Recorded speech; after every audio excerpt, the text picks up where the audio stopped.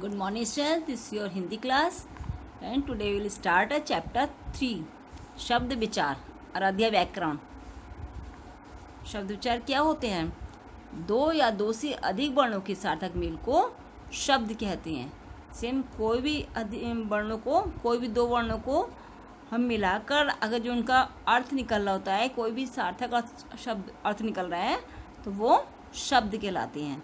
जैसे यहाँ लिखा है वानर, वानर, व प्लस आ प्लस ना प्लस आ प्लस रा प्लस आ, तो ये क्या हो गया? वानर। इसका अर्थ निकल रहा है ना, क्योंकि ये नाम है तो ये सार्थक शब्द है। ऐसे ही ख प्लस आ प्लस ग प्लस आ, ये क्या है? खग। खग मीन्स क्या होता है? कबूतर होता है ना, तो ये इसका एक निश्चित अर्थ निकल रहा है, तो ये शब्द हैं। देखिए पद, पद क्या होती है? जब शब्द वाक्य में प्रयुक्त होता है तो वह पद कहलाता है। कोई भी शब्द जो जिसका अर्थ निकल रहा होता है वो वाक्य में प्रयोग हो जाता है तो वह पद कहलाता है, तथा वाक्य से पृथक रहने पर वह शब्द कहलाता है। और अगर वो वाक्य में प्रयोग नहीं हो रहा है, वाक्य से अलग है, तो वो शब्द ही कहलाएगा। जैसे शब्द क्या है? बुरा। बुरा क्या है? ये शब्द ही कहलाएगा अभी। और वाक्य में प्रयोग हो गया से बुरा मत सुनो, तो ये क्या हो गया? पद हो गया। ओके। जैसे बादल, बादल शब्द है यहाँ पर। अब यहाँ पर बादल गरजते हैं, ये पूरा वाक्य में प्रयोग हो गया ना, बादल गरजते हैं, तो यहाँ पर ये पद में आ गया। ओके। शब्द के भेद, शब्द के कितने भेद होते हैं? देखिए शब्दों के भेद निम्नलिखित आधार पर किए जा सकते हैं। अर्थ के आधार पर,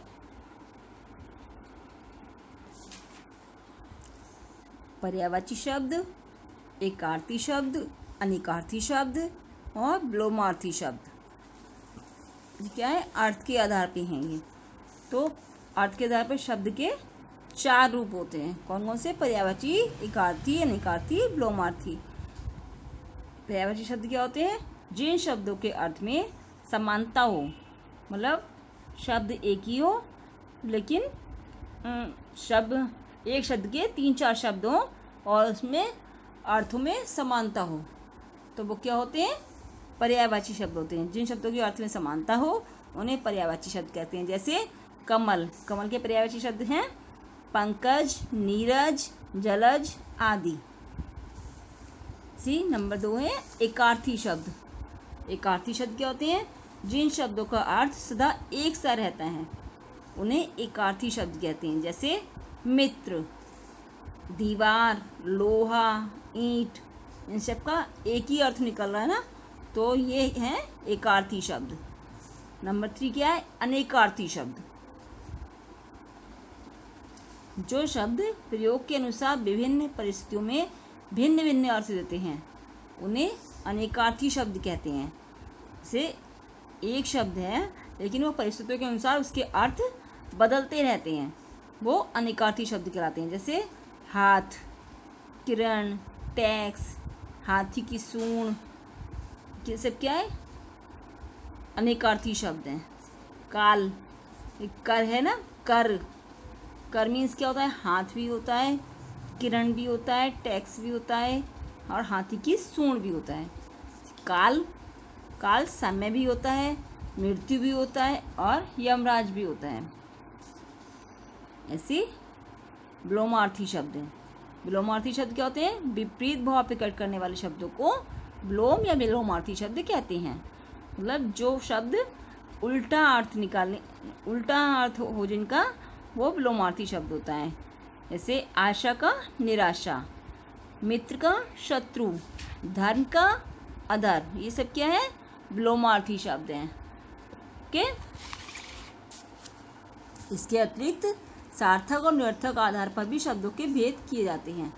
जैसे शब्द युग्म, सार्थक शब्द होते हैं और निरर्थक शब्द होते हैं। शब्द युग्म क्या होते हैं? जैसे भोजन, भोजन साधारण भाषा में बोला जाता है ना, भोजन भोजन, कपड़ा कपड़ा, रोटी रोटी, तो ये क्या है? शब्द युग्म है। इनके सार्थक शब्द कौन से हैं और निरर्थक शब्द कौन से हैं, ये हमें अलग अलग करें। जैसे भोजन, ये सार्थक शब्द हो गया, और भोजन जो हो गया ये निरर्थक शब्द हो गया, इसका कोई अर्थ नहीं निकल रहा है। कपड़ा वपड़ा, तो कपड़ा तो सार्थक शब्द है और बपड़ा निरर्थक शब्द है, क्योंकि इसका कोई अर्थ नहीं निकल रहा है। रोटी, रोटी सार्थक शब्द हो गया और बोटी निरर्थक शब्द हो गया। रचना के आधार पर शब्द के 3 भेद होते हैं। कितने भेद होते हैं? 3। रूढ़ शब्द, यौगिक शब्द और योग ऋण शब्द।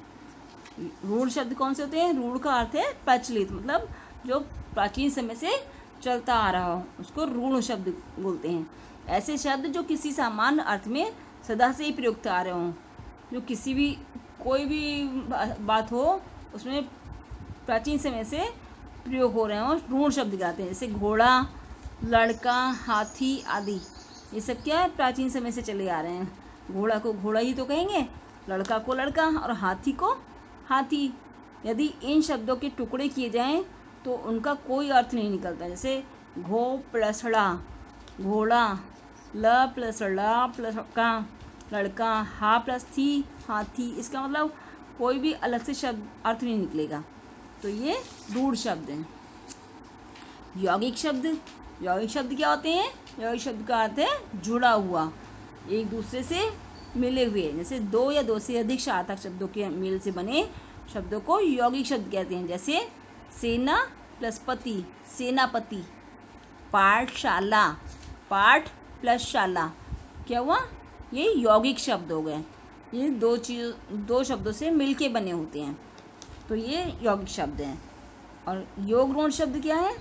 ये 2 या 2 से अधिक शब्दों या शब्दांशों के मेल से बनने वाले वे शब्द जो किसी विशेष अर्थ का बोध कराते हैं, योग ऋण शब्द कहलाते हैं।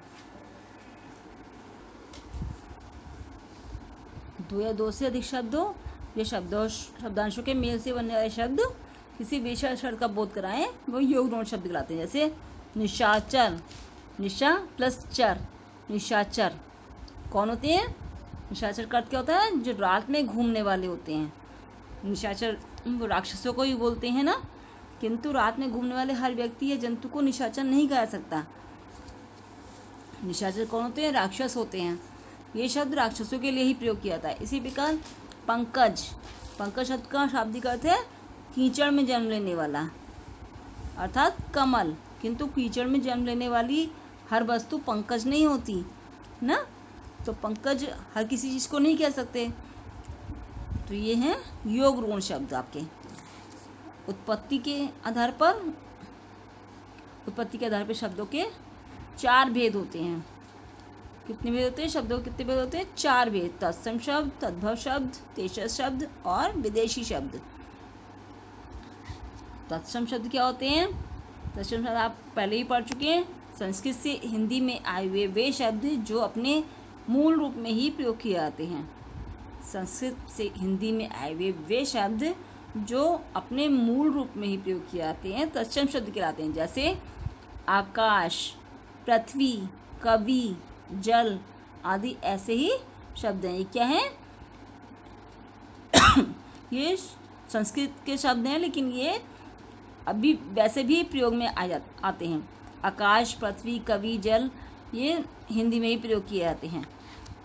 तो ये तत्सम शब्द हैं। तद्भव शब्द क्या होते हैं? जो शब्द संस्कृत शब्दों से हिंदी में आ गए हैं। संस्कृत शब्दों में से हिंदी में आ गए हैं, परंतु प्रयोग के कारण उनके रूप में परिवर्तन हो गया है, उन्हें तद्भव शब्द कहते हैं। जैसे आग, आग का तत्सम शब्द क्या है? अग्नि। संस्कृत शब्द अग्नि है ना उसका, तो हम लेकिन बोलते आग ही हैं। घी को संस्कृत शब्द में क्या बोलते हैं? धृत। संस्कृत में धृत बोलते हैं और वैसे घी बोलते हैं। तो ये हमारा ये धृत जो है तत्सम शब्द है और ये तद्भव शब्द है। दूध क्या है? दूध को हम संस्कृत में क्या बोलते हैं? दुग्ध। तो ये हमारा संस्कृत तत्सम शब्द है और ये तद्भव शब्द है। ओके, अब देशज शब्द क्या होते हैं? जो शब्द किसी क्षेत्रीय प्रभाव के कारण हिंदी में आ गए हैं। किसी भी क्षेत्र में होते हैं ना, जो बोलचाल की भाषा में बोले जाते हैं, उन्हें देशज शब्द कहते हैं। जैसे गाड़ी, लकड़ी, डिबिया, झोपड़ी आदि ये शब्द क्या है? बोलचाल से विकसित हुए हैं। तो ये हर जगह अलग अलग ही बोले जाते हैं, तो हम कुछ भी बोल सकते हैं इसको। ये देशज शब्द कहलाते हैं। विदेशी शब्द, विदेशी शब्द क्या होते हैं? विदेशी भाषाओं के वे शब्द जो हिंदी में प्रयोग किए जाते हैं। विदेशी भाषाओं के वे शब्द जो हिंदी में प्रयोग किए जाते हैं वे विदेशी शब्द या आगत शब्द कहलाते हैं। जैसे रेल, रेल को हिंदी में तो गाड़ी कहते हैं ना वैसे, और विदेशी शब्द से ये रेल है। और पेंसिल, पेंसिल को हम हिंदी में भी हम पेंसिल कहते हैं और विदेशी शब्द जो है वो भी पेंसिल है। कैमरा, कैमरे को भी हम कैमरा ही बोलते हैं। स्कूल, कंप्यूटर, रेडियो, टेलीफोन, ये डॉक्टर, मशीन, ये सब क्या है? ये विदेशी शब्द हैं जो हमारे हिंदी की भाषा में भी बोले जाते हैं, हिंदी में प्रयोग किए जाते हैं। अब प्रयोग के आधार पर शब्दों के दो भेद होते हैं। कितने भेद होते हैं? दो, विकारी शब्द और अविकारी शब्द। ऐसे शब्द प्रयोग के आधार पर, मतलब जब हम भाषा को, हिंदी भाषा को लिखने में प्रयोग करते हैं, तब ऐसे शब्द जिनके रूप वाक्य में प्रयुक्त लिंग, वचन और कारक के अनुसार बदल जाते हैं। ऐसे शब्द जिनके रूप वाक्य में प्रयुक्त लिंग, वचन और कारक के अनुसार बदल जाते हैं विकारी शब्द कहलाते हैं। जैसे ये 4 प्रकार के होते हैं। कौन से? संज्ञा, सर्वनाम, विशेषण एवं क्रिया। और अविकारी शब्द क्या होते हैं? ऐसे शब्द जिन्हें वाक्य में प्रयोग करने पर भी उनका रूप नहीं बदलता है, अविकारी शब्द कहलाते हैं। जैसे ये शब्द, कोई भी शब्द हैं जो जिनके वाक्य में प्रयोग करने पर उनका रूप नहीं बदलता है, ये भी 4 प्रकार के होते हैं। कैसे? क्रिया विशेषण, संबंध बोधक, समुच्चय बोधक तथा विस्मयादि बोधक। ये मैं आगे बढ़ाऊंगी इसको, ठीक है। अब आप ये पूरा आपका चैप्टर फिनिश हो गया है। आप इसको पढ़ेंगे और समझेंगे। जो ना समझ में आए वो आप मुझसे पूछेंगे। Thank you and have a nice day.